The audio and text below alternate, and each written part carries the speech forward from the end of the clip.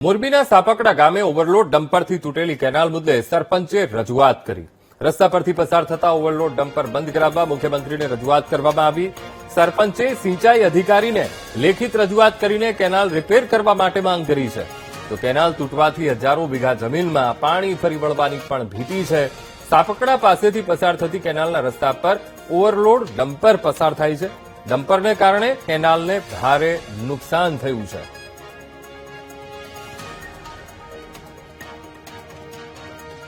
અમારે એ કિનારીવાળા રોડ ઉપર લગભગ 600 થી 700 એકર જગ્યા રહી ને ખેડૂતને પાણી કિનારે આવવાથી ખૂબ લાભ થયો, પણ આ કિનાર તોડી નાખવાથી કોઈ ખેડૂતને લાભ ન થાય, બરોબર ને। આ કિનાર તૂટી જવાથી જે લાભ થયો એ બધો વહી જવાનો એટલે ખેડૂતને પછી ઓચિતાનું તૂટે તો ખેડૂતનું હજારો વીઘા જમીન બગાડી નાખે। એટલે સરકારને અત્યારે અધિકારી જે હોય બધાને જાગતી નજર રાખવી પડે। સરકારની ફરજ બજાવતા હોય તો એ ફરજમાં આવતું હોય વિઝિટ કરવી પડે કે સરપંચને પગાર નથી દેતા છતાં બધી ઓફિસે ધક્કા ખાઈએ અમે।